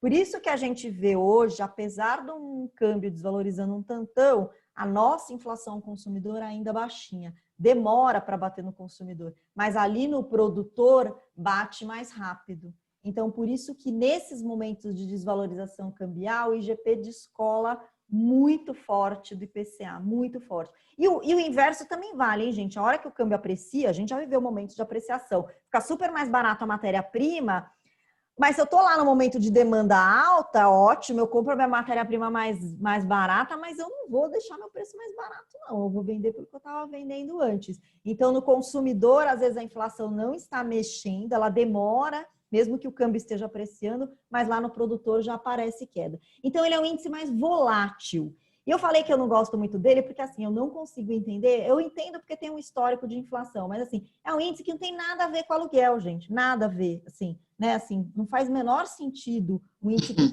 tem 60% do peso dele no índice de produção, de produtor ao produtor, ele ser um índice de referência para reajuste de aluguel. E até hoje, a maior parte dos contratos de aluguéis é por IGPM. que faz mais sentido para um contrato de aluguel, se eu tenho um imóvel, assim, como é que é a minha inflação? É essa inflação do consumidor. Então, faz muito mais sentido eu colocar este índice como o indexador do preço de um aluguel do que o IGPM. Mas, historicamente, ele surgiu lá atrás, ele era um índice mais confiável, quando você se desconfiava um pouco do IBGE, era a GV que fazia. Ele foi o índice oficial do Brasil durante um tempo, ali do regime militar, e ele acabou ficando como um índice relevante ali. Mas ele é um índice ruim. E ele tem um outro problema aí, que hoje eu acho que é menos problemático, mas ele pega tabelas de preço, né? Então, ele vai lá para o cara do produtor lá e ele pede a tabela de preço. Hoje, eu diria que a tabela... Ainda existe sempre uma diferença entre o que você tem em tabela de preço e o que você pratica comercialmente. Mas hoje, eu diria que isso é menos problemático. Na época da inflação, a tabela de preço mudava todo dia, né? Então, você ia lá, pegava a tabela e aquilo já, no dia seguinte, não refletia o preço que estava acontecendo na prática. Então, ele é um índice que eu acho que tem alguns problemas, mas acho que a principal questão ele é mais suscetível ao que acontece com taxa de câmbio, né? Então, aí, voltando para a questão da Lena, quando a gente está falando de ativos que são indexados pelo IGPM ou pelo IPCA, quando eu estou olhando para o IGPM, eu tenho que olhar muito assim, o que vai acontecer com a taxa de câmbio, porque ela vai bater aqui nesse índice fortemente. Vai bater uma hora, bate, né? 40% de câmbio, uma hora bate no nosso preço também do que a gente está comprando. Mas demora muito mais, tem a ver com as condições de oferta e demanda, é muito mais suavizado esse impacto, tá? O IGPM é um índice 20 a 20, então, enquanto lá no IPCA eu coleto os índices do dia 1 ao dia 30 e comparo com índices do dia 1 ao dia 30 do mês anterior, aqui eu coleto do dia 21 de um mês até o dia 20 do outro e comparo com esse mesmo período do mês anterior. Na prática não muda nada não, mas é só assim, é um período de coleta diferente. Aqui estão os gráficos dos dois, olha só como eles são diferentes no ano a ano. Ó, o IPCA aqui é um pouquinho mais comportado, né? Ele não é tão volátil. E olha o IGPM, tem ano que você tinha um IGPM negativo e o IPCA lá nos 5%. E aí meu aluguel lá, eu que estou comprando consumidora, está lá, vamos dizer, caindo, se ele está pelo IGPM, e vice-versa, né? Em momentos em desvalorização cambial, olha, ó, IGPM 15%, IPCA lá na casa dos 5%. Então, tem muitos momentos, eles descolam muito, porque eles têm uma composição muito diferente. No IGP, eu tenho o índice de preço ao produtor ali. Quando a gente pega um período mais longo, aí, ó, eu peguei e acumulei as inflações de 2010 a 2019. Tem uma diferença, ó, o IGPM subiu 87, o IPCA 76, mas elas, vou dizer, elas se diluem um pouco, no sentido que inflação é um fenômeno que, ao longo do tempo, é mais ou menos parecido. Uma hora, o que está lá no produtor bate no consumidor. Mas, ainda assim, eu acho que são índices que, no curto prazo, são muito diferentes, porque o IGPM é muito sensível, muito mais sensível que o IPCA às variações de câmbio, tá? Então, eu fiz esse parênteses de inflação para a gente entender o que são os índices. A gente tem sempre que olhar, então, quando a gente está falando de Banco Central para o IPCA, é isso que ele está mirando quando ele vai calcular lá, quando o Copom se reúne para definir a Selic, ele vai olhar se o IPCA está dentro ou fora da meta. E uma outra coisa importante, além da inflação em si, são as expectativas de inflação, que é aquilo assim, é eu achar que a inflação vai continuar ficando bem comportada. Porque se eu achar que a inflação vai subir ou vai cair muito, eu posso fazer movimentos aí que estão desalinhados com o que o Banco Central vai fazer. Então, além de atuar sobre a inflação, né, definindo a taxa de juros, tem um ponto importante que é a confiança na política monetária. É eu achar que o Banco Central está atuando para que aquela inflação aconteça de acordo com aquela meta, que é o que o Banco Central chama de expectativas ancoradas. É olhar que as projeções de inflação que o mercado está fazendo, que os economistas, os bancos estão fazendo, estão convergindo para a meta de inflação. Por quê? Porque eles acreditam que se tiver uma alta de preços, o Banco Central vai subir juros e vai trazer a inflação para a meta. Então, a expectativa de inflação, ela diz muito sobre a credibilidade da política monetária. A expectativa de inflação está bem ancorada, que é essa expressão meio economês aí, significa isso, assim, todo mundo está olhando o Banco Central, está falando, esse cara está atuando, ele está mirando na inflação, ele não está olhando para outras coisas, ele está agindo direitinho. Então, a inflação do ano que vem, se a meta é 3,5, ela vai ser 3,5, ela está lá dentro do intervalo ali de confiança. Não tem por que eu imaginar que esse Banco Central vai deixar a inflação ficar fora da meta, tá? E aí, eu já até falei lá no grupo algumas vezes sobre o Boletim Focus, né? Como é que eu descubro, eu, Banco Central, como é que eu descubro expectativas de inflação do mercado? E aí o Banco Central fez uma coisa genial já há alguns anos, que foi criar o Boletim Focus, né? O que ele fez? Ele falou o seguinte, ó, quem quiser, bancos, universidades, consultorias, mandem as projeções que vocês têm para a economia brasileira para o ano corrente e os outros anos. Eu não vou divulgar a sua projeção individual, fique tranquilo, né? Você banco, ou no meu caso, vivo disso, de vender projeção. Se ele divulgasse, não fazia sentido eu mandar para ele. Eu não vou divulgar a sua projeção, mas eu vou divulgar a projeção da média. Quanto que a média dos agentes está projetando para a inflação e para outras variáveis, né? A Lena coloca lá toda semana, eles projetam juros, câmbio, inflação e crescimento econômico, são as principais variáveis que são projetadas ali. Então, assim, como é que estão essas expectativas dos agentes? Então, quem quiser, me manda, eu vou divulgar a média e eu vou divulgar a mediana também, que é aquela estatística que mais aparece, para eu saber qual é o número que a maioria está projetando. Que a média, às vezes tem aquilo, né? Está entre 0 e 10, a média é 5 e não é nenhum nem outro. E o que eu vou oferecer em troca? Essa informação, que é importante, eu sei quanto a média está projetando, e eu vou divulgar quem mais acerta a projeção. E aí ele criou uma corrida do bem, né? Você não só quer mandar, você banco, não só quer mandar a projeção para o Banco Central, como você quer que essa projeção seja a melhor possível. E você acerte, porque aí o Banco Central, uma vez por mês, ele divulga lá quem é o top 5 do Banco Central. Quem são as 5 instituições que mais acertaram projeções, de curto e de longo prazo. E o top 10 também, quem são os 10 que mais acertaram.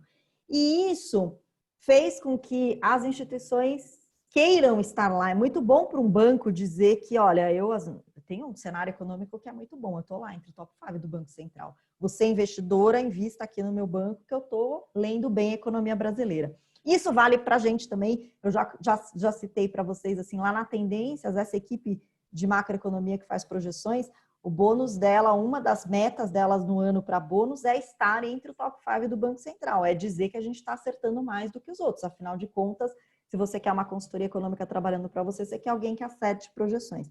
Então, ele criou esse boletim, é um boletim público, ele tá lá, eu mandei o link para vocês lá, para vocês acessarem. Ele divulga isso toda segunda-feira. A Lena tem divulgado também no Instagram e ela coloca lá no grupo.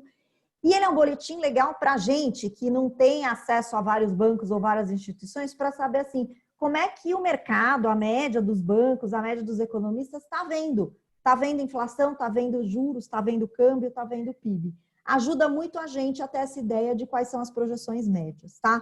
Eu acho que é bem interessante para olhar, ele está lá no link. Esse aqui também é o link para ele. Eu só não sei se o link está funcionando, se eu clicar ele vai. Ah, acho que vai, vamos ver. Ele vai abrir.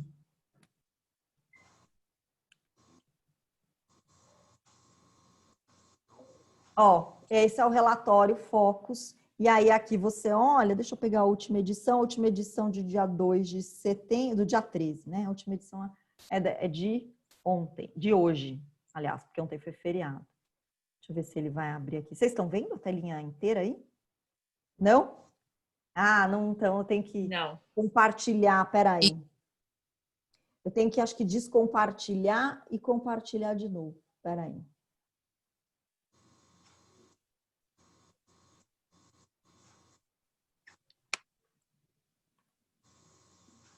Ó, esse aqui é o boletim Focus, a cara que ele tem. Ele parece meio complicadinho aqui, mas ó, ele fala o seguinte, ó, o IPCA, a média das instituições estavam achando, a mediana, né? A maioria das instituições financeiras, há 4 semanas atrás, achavam que o IPCA desse ano ia ser 1,94. Na semana passada achavam que ia ser 2,12, porque a gente teve no período recente uma inflação de alimentos, aí teve a história do arroz e tal, então as projeções de inflação foram subindo. Hoje, a maioria das pessoas, dos agentes que mandam projeção lá para a gente, acham que a inflação desse ano, o IPCA, vai ser 2,47. E no ano que vem, 3,02. E em 2022, 3,50. E em 2023, 3,25. Então, tem as expectativas dos economistas, quanto é que eles estão achando o que eles estão achando que vai acontecer. E a mesma coisa é crescimento. A maioria acha hoje que o PIB vai cair 5% esse ano, vai crescer 3,5% ano que vem, 2,5% em 2022 e 2,5% em 2023. Então, é um lugar onde eu consigo facilmente ver as projeções e também comparar um pouco. Meu banco lá, quando ele me manda aquela carta, será que ele está otimista, mais otimista que a média, menos otimista? O que ele está vendo? Está diferente do que a maioria está vendo? Então, eu consigo fazer uma comparação rápida aí de expectativas. E o Banco Central, por sua vez, achou um jeito de saber as expectativas do mercado. Ele consegue olhar aí e falar assim, opa, então tá tudo bem. Eles acham que eu vou conseguir levar a inflação para a meta em todos esses anos. Tem alguns momentos em que as expectativas ficam desancoradas assim. No passado recente, acho que dos últimos presidentes do Banco Central, teve um presidente muito ruim, que foi o Tombini, durante o governo Dilma, em que em algum momento ali ele realmente começou a atender outros objetivos que não só a inflação. E aí você via que o mercado achava que ele não ia cumprir a meta. Então você olha e fala assim, como assim? Você acha que o Banco Central não está fazendo bem o trabalho dele, né? Então, acho que é um boletim legal aí para a gente olhar. Deixa eu voltar aqui para a apresentação. É um boletim legal aí para a gente ter e poder fazer essas comparações num lugar que está público, sai toda semana. A Lena tem feito um trabalho super legal de divulgar esses dados, mas ele está lá. É só entrar no site do Banco Central e a gente chega nele. E aí, acho que só para encerrar aí a aula de hoje, aí que a gente falou de inflação, de taxa de juros, aquele ponto que eu falei lá no começo, agora que a gente já viu como é que a inflação opera, fica até um pouco mais fácil de entender.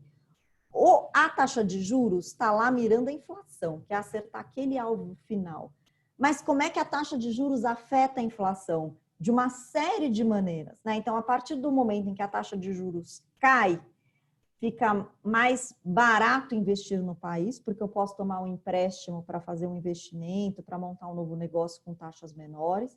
Fica mais barato eu consumir a prazo, eu pegar empréstimos e consumir. Então, a taxa de juros cai, potencialmente eu aumento o investimento, aumento o consumo, aumento o crédito da economia, né? Porque a taxa está mais baixa, o banco precisa conceder mais crédito, por essa taxa tem mais oferta e demanda de crédito. O câmbio aí é uma variável mais exógena, que o Banco Central não atua, mas o câmbio afeta a inflação, né? Um câmbio mais alto afeta a inflação e aí talvez eu tenha que mexer na taxa de juros porque a inflação está sendo afetada pelo câmbio. E tem o efeito riqueza. A hora que a taxa de juros fica muito baixa, eu tenho menos riqueza do que quando a taxa de juros sobe. Tem o efeito riqueza de queda e aumento da taxa de juros também, que pode fazer as famílias ficarem mais ricas ou mais pobres e também consumirem mais ou menos. Então, assim, a taxa de juros afeta a economia de uma série de formas. Afeta o câmbio também diretamente, porque assim, em taxas de juros muito baixas, como a gente está vendo agora, tem menos investidor externo que vem para cá, entra menos dólares no Brasil.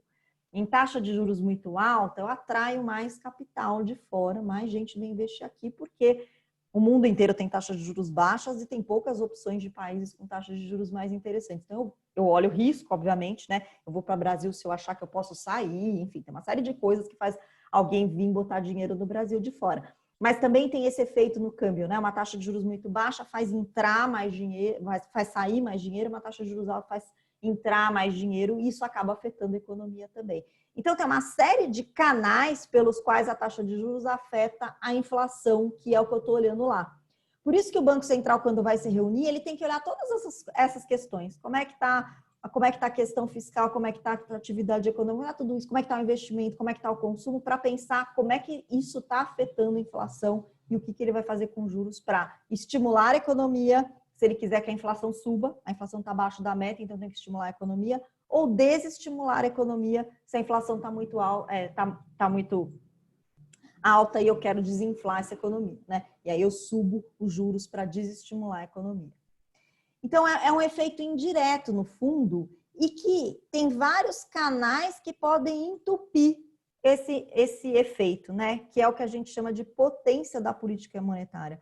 O quanto ela é eficaz ou não para estimular ou desestimular a economia. A gente tem um monte de canais bem entupidos aqui no Brasil, né? O primeiro é o canal do crédito, que vocês já até falaram, né? Por que a minha taxa lá é tão diferente? Então, às vezes eu reduzo juros, mas eu tenho um mercado de crédito tão desfuncional, pouco competitivo, com todas aquelas questões que eu falei que afeta spread, que lá para o meu consumidor final não vai mudar muita coisa. Então, esse é um canal que pode estar mais ou menos entupido.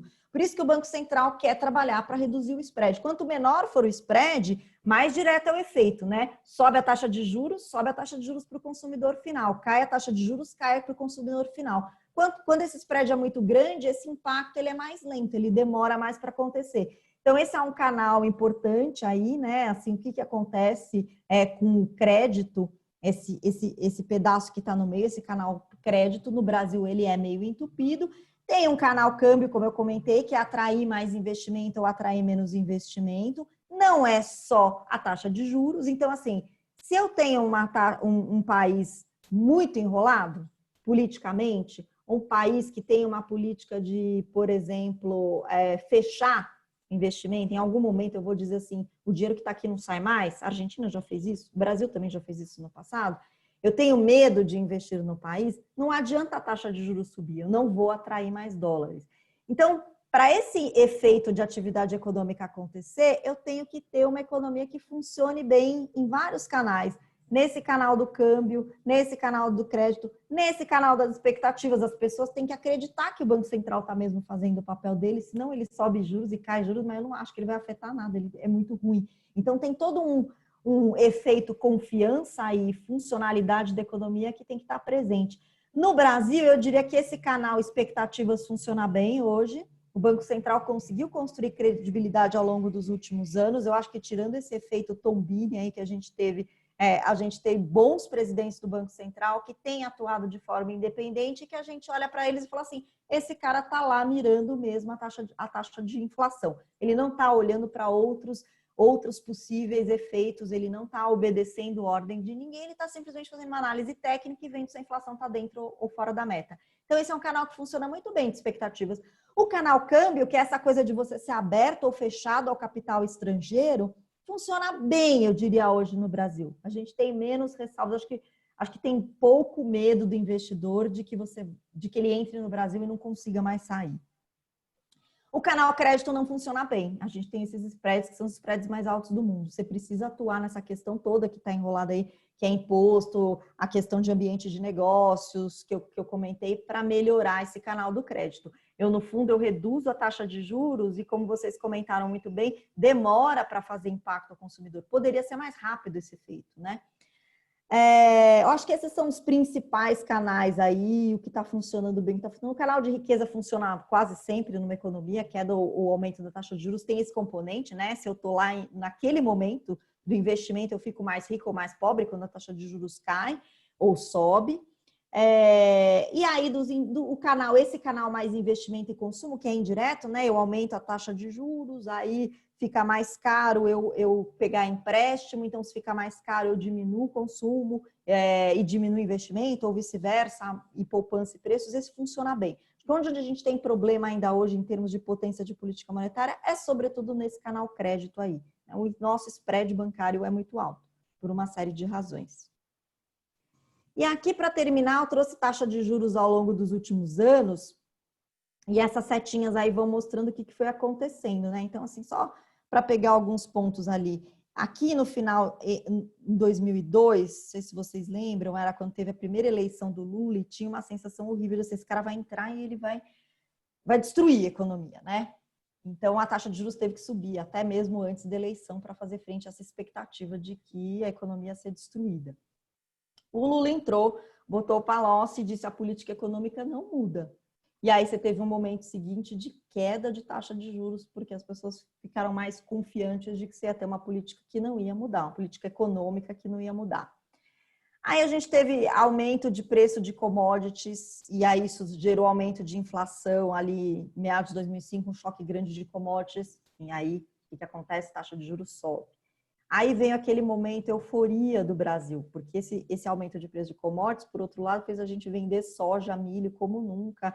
Aquele mundo maravilhoso que o Lula navegou super bem nele, né? Porque o Brasil crescia, era super promessa, era emergente. O que aconteceu? Entrou muito dinheiro no Brasil, o câmbio apreciou, foi lá para baixo. Preços no atacado mais baratos, depois preços ao consumidor mais baratos, e aí você pode reduzir taxa de juros, porque você tinha uma inflação caindo bastante. Aí veio a crise de 2008, e a gente teve um momento de queda, né, por conta da recessão mundial, como a gente está vivendo hoje, e depois da recuperação alta da taxa de juros. Aí veio a Dilma e fez aquela coisa de vamos reduzir os preços de energia na caneta. Aí a gente teve a queda de taxa de juros e depois o ajuste pós-eleição ali com o Levy, que é aquela inflação que fica em 10% fora da meta. O que eu faço para trazer a inflação para a meta? Subo os juros para a inflação cair depois de alguns meses. Aí vem o ajuste pós-eleição. Aí a gente viveu uma recessão nos últimos anos, então já vinha de um movimento de queda da taxa de juros, porque a inflação recessão, né? Então atividade muito baixa, eu não consigo repassar para o preço porque ninguém está comprando meus produtos, a inflação muito baixa, podendo ficar abaixo da meta, e aí o que eu faço? Eu reduzo a taxa de juros para estimular a economia. Quando a gente estava começando a sair desse universo, vem a pandemia, que é um novo momento ali de recessão que faz com que a gente esteja com a economia produzindo muito menos do que ela poderia produzir, pouca pressão de preço por conta disso, e essa possibilidade de eu ter juros mais baixos. É nesse momento que a gente está hoje. E aí, acho que só para terminar, para não cansar mais vocês, só para vocês verem aqui, tem um histórico aqui das taxas aqui dos presidentes de Banco Central e como é que ficou. O que está em amarelo ali foram os anos em que você ficou fora da meta, por um pouquinho, ou por assim, aqui no Tom Biri foram 2 anos, esse ano aqui abaixo da meta e depois o 10,7 acima. Eu me enganei, aqui no Meirelles não teve nenhum momento, acho que a última carta que a gente teve foi essa aqui do Tom Biri. E aí tem as cartas também, eu mandei lá para vocês no grupo um link que é para uma dessas cartas, se vocês tiverem curiosidade para ler, é o presidente se desculpando porque ele não cumpriu a meta de inflação, porque a meta ficou fora da meta. Então aqui, por exemplo, a meta era 4,5, podendo chegar até 6,5. Aqui ficou ficou em 6,4, ficou no limite, né? Ele não teve que escrever carta aqui, não. Aqui ele teve que escrever carta, né? Ela podia ficar até 6,5, ela foi de 10,7. Aqui a inflação era 3,5, ela ficou em 12,5, foi aquele choque. Foi o choque do Lula, da eleição que eu comentei para vocês, que todo mundo ficou morrendo de medo, e aí a gente teve um caos, o câmbio subiu, vocês lembram? O câmbio disparou, a inflação disparou, e aí a gente teve uma inflação completamente fora, e o Armínio fala isso, né? E aí no outro ano ele teve que subir juros ali e para botar a inflação para baixo, mas olha lá, em 2003 a inflação voltou para a meta. Então você tinha um Banco Central que você teve um choque, né? Então uma eleição de alguém que todo mundo acreditava que ia fazer mudanças muito sérias na economia, que tinha uma expectativa de que ia ser um horror, começou a ter fuga de capitais, dólar sobe e aí você tem inflação, a inflação foge da meta naquele ano, mas o Banco Central, quando você acredita que tem um Banco Central agindo, age, sobe juros, e aí você volta a inflação para a meta no ano seguinte. Que aí já foi com o Meirelles, que durante todo o seu mandato ali também não teve nenhum problema, sempre cumpriu a meta. Então a gente tem um histórico muito bom, tirando aqui o Tombini, que eu acho que foi um presidente pior e que tinha desconfiança de que ele no fundo estava agindo para melhorar a economia e não necessariamente acertar a inflação na meta. Todos os outros presidentes do Banco Central, a gente teve presidentes nos últimos anos, ali há muitos anos já, há 20 anos, que têm cumprido a meta. E isso que vai construindo um sistema que é baseado em confiança.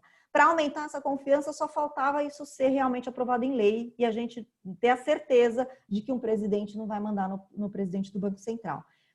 Aqui, só para terminar, é para lembrar que, assim, tem uma defasagem, como vocês viram no que eu contei, né? Entre você subir a taxa de juros e a gente ter uma inflação comportada, tem todo um caminho, né? Eu subo a taxa de juros, o crédito fica mais caro, as pessoas consomem menos, investem menos, a atividade econômica cai, aí eu não tenho como repassar preços, botar preços mais altos, eu reduzo meus preços. Então, é um caminho que leva muitos meses. Então, o Copom fixa a taxa de juros lá hoje, aí eu tenho esse alinhamento das expectativas, né? Todo mundo acha que ele vai cumprir, beleza. Consumidores e empresas reagem a essa mudança no custo do crédito, então ficou mais caro ou mais barato por conta da taxa de juros. E aí você tem a reação na economia real, propriamente dita, e na inflação. É uma defasagem que os estudos aí acadêmicos apontam para algo entre 6 e 9 meses. Então, a taxa de juros hoje vai bater na inflação 6 meses lá na frente. Então, esse é só mais um ponto adicional. Então, quando o Banco Central está analisando a meta, ele está olhando lá para frente. Hoje, na decisão agora próxima de outubro, ele já não está nem aí para 2020. De certa forma, ele já cumpriu a meta de 2020 com as ações que ele tomou nos últimos meses, nas últimas reuniões. Ele está olhando para 2021. O que vem pela frente aí? Tem pressão? Não tem. Tem pressão inflacionária? Não tem. Eu vou cumprir a meta do ano que vem. E aí ele toma essa decisão olhando lá para frente. Então, são esses elementos todos que estão lá na conta e que vão balizar a decisão da Selic. É isso, meninas, que eu tinha para hoje. Se tiverem alguma dúvida adicional, fiquem super à vontade aí para a gente esclarecer, se tem mais alguma coisa. O material já mandei para vocês, estou à disposição também no grupo. Pintou uma dúvida no meio do caminho, não sei se eu entendi bem, fiquem super à vontade para colocar lá, que eu respondo, não tem problema nenhum, ou me chamar privadamente, enfim, estou à disposição de vocês. Muito bom, Denise, obrigada. Obrigada a todas e vamos nos falando. E vocês viram que essa primeira etapa aí, eu acho que a gente tem um bom país. No quesito política monetária, eu diria que a gente tem um bom país hoje aí, bem, né, uma política muito bem estabelecida, com um ritualzinho que a gente conhece, tá ok. Nessa área não tá os nossos problemas. Quando a gente for falar lá de política fiscal, de mercado de trabalho, aí tem um monte de coisa para a gente conversar de problemas. Aí eu acho que a gente está funcionando muito bem. Tá bom? Obrigada, Então, Dê. boa noite para vocês e nos falamos. Até mais. Até Obrigada, mais. tchau, tchau. Tchau, Lena. Tá aí ainda? Não. Boa noite. Então, Não, acho que ela tchau, saiu. então até mais. Obrigada, Dê. Ótimo. Tchau, tchau. Boa noite. Obrigada. Boa noite.